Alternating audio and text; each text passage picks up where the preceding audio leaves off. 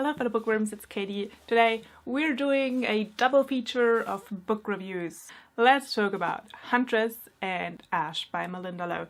This is a duology where Ash was published in 2009 and Huntress was published in 2011, but Huntress is like a prequel to Ash. Let's first talk about Huntress because it's set earlier in the series and I've read it before I read Ash. Both of these books are female-on-female romance, which I like as a bisexual girl to read that sometimes. In this book we follow Katie and Tayson, whose names are in good YA fantasy fashion spelled in the most ridiculous way possible. Tayson is a sage. She has always wanted to be a sage. She is an apprentice currently at the academy where Katie also is an apprentice, but Katie does not have any magical talent whatsoever. The fairy queen, who the kind of human kingdom has not had any contact with whatsoever in a lot of generations, has invited the king of the human realm to join her at her court, and the sages predicted with some oracle stones that Tayson as well as Katie have to go meet the fairy queen with the prince and the few guards. So they set out to do that, to see what the fairy queen wants from them after such a long time. Also, there has a mysterious winter befallen the land, so that nothing really grows, and even though it is almost midsummer, it's still cold, it's still freezing. Yeah, they hope that they can uncover that mystery by talking to the fairy queen. So much for the plot. It's a very simple plot. It has a single plot line. There are no side quests, no subplots whatsoever. And generally the structure is pretty simple, as in go to the fairy queen and then defeat the evil fairy. I've noticed that the plot suffers a little bit of a pacing issue. The protagonists spend a lot of time traveling and nothing really happens while they're traveling. I mean, it takes well over half the book until they reach the fairy queen and nothing really happens until that point. And then only does the story really kind of start, and it's very slow and it drags in a lot of places. Contrary to that though, the ending is super abrupt. I mean, it really reads like the author wrote and wrote and wrote, hit the deadline, and then just, decided that what she had was enough. I don't know, I was very, confused when the book just ended, and I thought, well, where's the rest of it? What? There's this issue that I kind of want to see resolved. Why do we just, stop here? Generally, the plot was not very gripping, and I thought it was a little bit predictable. And I thought, well, maybe the book is more character-driven then, but not really. So let's talk about the characters. There's not really any exploration of the characters. With all the characters, even the main protagonists, we pretty much only look at them at surface level. I mean, there are no arcs whatsoever. The only kind of little tiny mini arc, if you can call it that even, is that Tayson, who always wanted to be a sage and falls in love with Katie, decides that she can't be with her because she wants to be a sage, which is not really an arc, but okay. I mean, I take what I get, okay? I'm grasping on straws here. So the main characters, Tayson and Katie, we don't really know much about them either. I mean, Tayson, all that I know of her is that she's the super powerful, gifted sage, that she always wanted to be a sage, and that she comes from a very poor background. Her parents are farmers, so she works extra hard at the academy, and she's in love with Katie, and she gets vision of the future.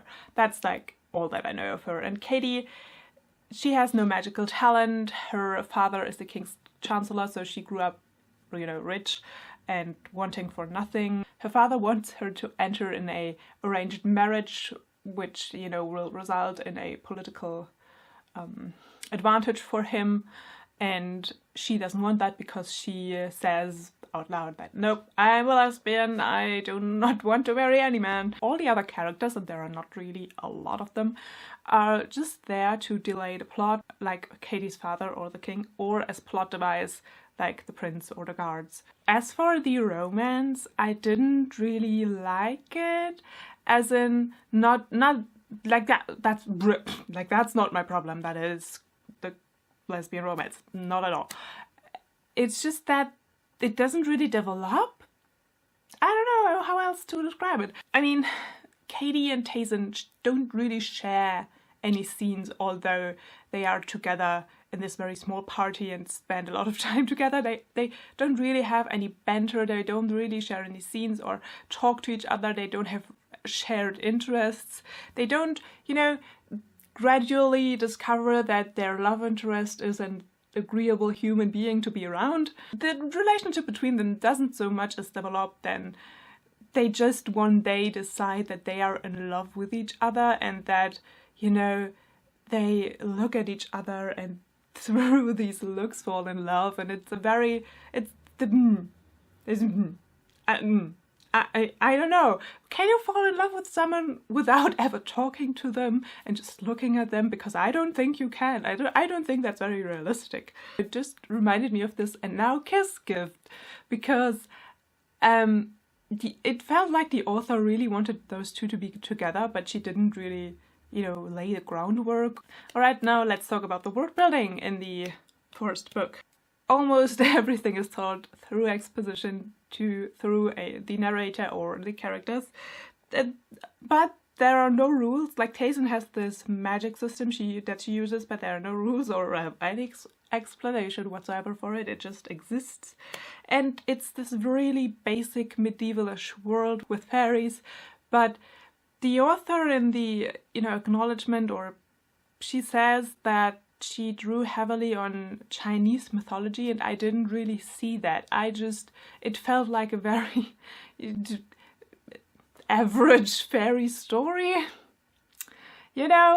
So I wish she would have just drawn a little bit more of Chinese mythology, so that this would have felt like something special, because it really didn't. Onto the writing, which is kind of weird. Now, in this book, we have an omnipresent narrator. Okay, let me explain. Omnipresent narrator is really weird, and it's really hard to do as a writer, because it can get confusing very quickly, and that was the case with this book, because we have loads and loads of POV changes even mid-sentence, and sometimes it was very confusing because I didn't know whose perspective we were in at that moment, and it was just, it took some getting used to just read it and get the thoughts and feelings of every person. Omnipresent narrators, like that writing style is a little bit old-fashioned. It was very en vogue, or it used to be very en vogue, but it has fallen a little bit out of fashion because it's just weird, and it's so hard to do, in a way that doesn't confuse the reader. Overall, I mean, it was a quick read. I kind of enjoyed Huntress. I really liked the short story in this copy, The Fox, which we got at the end. However, I gave this book 2 stars. I don't think it is, something that you need to read. That is something that you need to hunt down. Just leave it. So we're just going to leave it. Now on to the second book that I've read, which is Ash. This is Malinda Lo's debut novel, and this is also a girl-on-girl romance, which I liked a lot better than in the other book. This book is basically a retelling of Cinderella. So we follow Ash over a period of 6 or 7 years, and we first meet her when she's 12 years old. She just has lost her mother. Her father obviously remarries. She gets 2 stepsisters. Her father dies. Her stepmother abuses her, and there are also fairies, and she falls in love with a girl, and there's balls and magic, and yeah, it's Cinderella, you guys. Let's talk about the plot first. It's still simple, but there are more plot lines which all come together in the end. Since it's so familiar because it is Cinderella, I mean, you can see it all the beats are there. I really like that Malinda Lo put a different spin on it, and it is different enough that I, wasn't bored, but it is familiar. But also this book is very slow paced because it's set over just a large period of time, and we have to establish all of the things with the stepmother and the stepsisters and, have to have all that set up.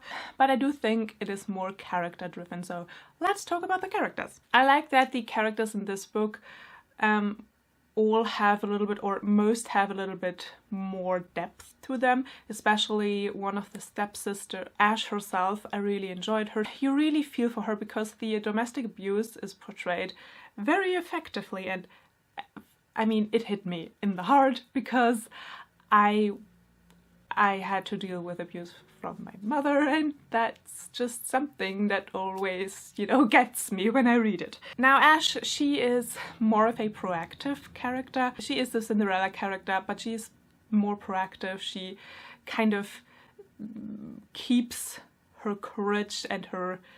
Sometimes she has low self-esteem, but she generally keeps her sense of self, and but you see the effect of the stepmother on her. Or it really shows how abusive parents and abusive siblings kind of take reality and twist it until you don't know what's wrong or right anymore. I really enjoyed how the effect that had on Ash was portrayed.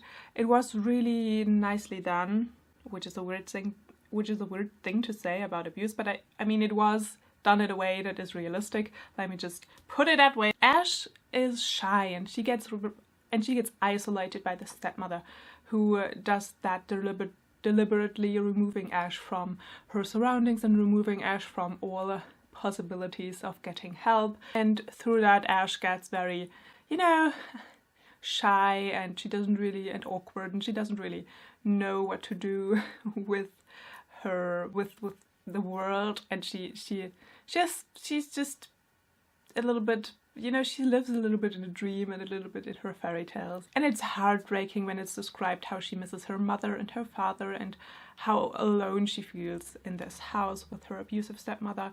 And yeah, I liked it. I liked the characters. Moving on to the world building, it's more fairy tale-y than the other book. I mean, there are enchanted woods, there are fairies, there's random magic. The magic system still isn't really explained or has any rules, but it doesn't really matter because in this book magic is the stuff of fairies, and it doesn't need to be explained, and it really adds to this dreamlike fairy tale-y feel. Now, the world building is still done mostly through exposition, but that didn't really bother me because it goes along with this fairy tale-like narration. There you go. Speaking of narration, let's talk about the writing. This book, Ash, is told through a tight third person out of Ash's POV, which was a lot easier to read for me because it's familiar and because it's not that confusing. Generally, the writing is very dreamlike and descriptive. I could picture a world in this book a lot better than the previous book, but the writing style generally is very fairy tale-esque. As far as the prose goes, I liked it a lot better than Huntress. However, some of the sentences were a little bit, they didn't really make any sense, or they were a little bit confusing because she uses a lot of pronouns, and especially when she talks about the two girls that fall in love and she only uses the pronoun her, it gets a little bit confusing as to who she's talking about or what is happening. So that was the only thing where I sometimes was like, huh, what? Alright, so concluding thoughts. I gave Ash 3 stars. I ended up reading it in 2 sittings, most of it yesterday, and I really liked it. If you are in the mood for a, Cinderella retelling that you can read very quickly, with a girl and girl romance, and you happen to find this in a used bookshop, then I would say, why not? It's fun for a little while, and it's a quick read, and yeah, that's basically all that I have to say. So that was it for today. I hope you have a wonderful, wonderful day. I hope you're reading something that... opens your eyes to a new perspective in life. I don't know. It's always good. It's always good to expand your understanding of the world.